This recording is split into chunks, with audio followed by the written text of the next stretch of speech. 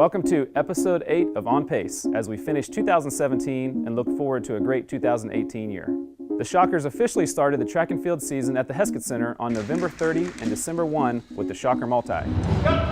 The major highlight of the meet was Hunter Veith breaking the WSU, Heskett Center, and American Conference records on the way to his national leading score of 5,998 points in the heptathlon. It was an incredible start to the year for the senior All-American and definitely should send notice to the rest of the country that he will be a tough multi to beat in 2018.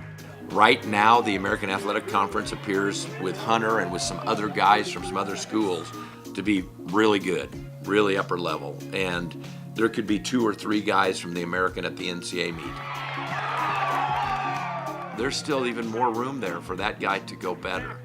So it was a super exciting couple of days. It was also a super exciting couple of days for Ben Johnson. Not to be outdone, junior Ben Johnson scored a career best of 5,447 to place second and put him on the edge of national qualifying as well. I love it when athletes develop from basically walk-on level to being legitimate, very good NCAA Division I track and field athletes, and that's what Ben Johnson is doing. In the women's pentathlon, freshman Kendra Henry led the women in 4th place with a new personal best of 3,309 points. First time in a Wichita State uniform after redshirting last year. A good, solid start to her career in a Wichita State uniform. The rest of the team got their season underway 1 week later at the annual Intrasquad meet. Our team, the White Squad, we're doing great right now. We're down by 4 points, but that's all going to change. No, Team Tully's taking the chance. Winning again. Anyways, like I said, this is a new year for us, so we're going to go out and beat everyone. This is always one of the most fun meets of the year for the team, as Shocker Pride is on the line competing amongst 3 different teams as well as a large group of alumni. It was a highly competitive meet this year as Team Tullymuck came out on top of the team standings. There were certainly a lot of great performances that came out of the Intrasquad meet, but what were the best ones? Let's take a look in this week's Top 5 countdown.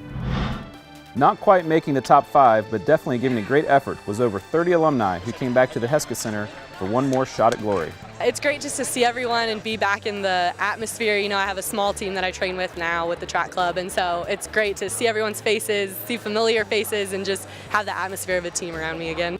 The Aftershocks placed 4th as a team with 77 points and gave us many memorable performances, including Skylar Arneson bombing the field in the throws and Cooper Hanning running the 6-meter dash in a banana suit. Yeah, this is for all the people fighting age.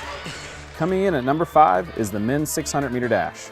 There weren't any records set in the men's 600, but it definitely brought together an interesting matchup and a dramatic finish between middle distance runner Connor Stein and decathlete Jake Horsch. Stein had won the previous 2 Intrasquad 600s, but this year the redshirt freshman Horsch from nearby Andale High School held off Stein for the victory. This shows what kind of talent Horsch has, and hopefully this year he can stay healthy and put up a big score in the multi-events. Coming in at number 4 is Deja Young.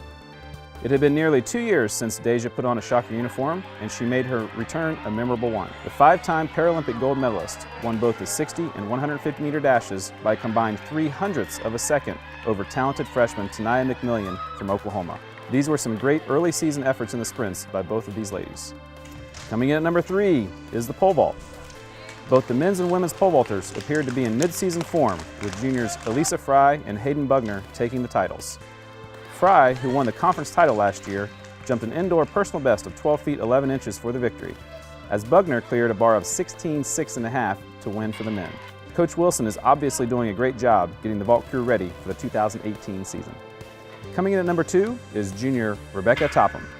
Sometimes when you redshirt a cross-country season, you might not be as sharp as you want to for those early season track races. But junior Rebecca Topham showed no signs of rust in smashing Alethine Tullymuck's meet record in the mile by 9 seconds with a time of 4:54.42. It's a great sign that Topham's training in the fall is paying off, so look for some fast races from her in 2018 as well. Coming in at the top spot is junior Kelsey Slauson. Slauson has been a consistent performer in the throws throughout her career, but at the Intrasquad meet, she made a huge improvement in the shot put with a heave of 51 feet 8 3/4, a mark that is nearly 2 feet further than her previous personal best. That throw not only broke the Intrasquad meet record, but also set a Heskett Center record in the process.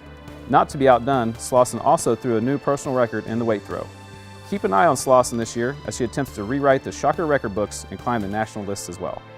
After the Intrasquad meet, the track and field program honored 26 seniors from the class of 2017 in the annual Winter Banquet. Last year was a special season for Wichita State Track and Field, and coming together one last time to celebrate the 4 championships won was memorable indeed. We want to thank the hundreds of people who came out in support of the event that puts the cap on 2017 and kicks off the 2018 year. A couple of runners with local ties have been burning up the roads recently as well. Our good friend Raquel Stuckey, owner of First Gear Running Company in Wichita, recently qualified for the 2020 Olympic trials as she ran 2 hours, 44 minutes, and 49 seconds at the USATF Marathon Championships in Sacramento, California. 2020 will be Stuckey's 3rd appearance at the Olympic trials. Not to be outdone, former shocker Tanya Nero finished the 2017 portion of her schedule with a 2nd place run in the Barbados 10K with a time of 35:57. You may remember Nero's victory in 2016 in Barbados that included an incredible finishing kick and a video that went viral. 2017 was a return to high-level racing for Nero, and look for 2018 to be even better. That's it for our final show of 2017. We've certainly appreciated all the support in this new show On Pace, and we look forward to 2018 with a lot of excitement. Look for January 11th for Wichita State TV to be broadcasting the Shocker Prelude as we start off the rest of our indoor season.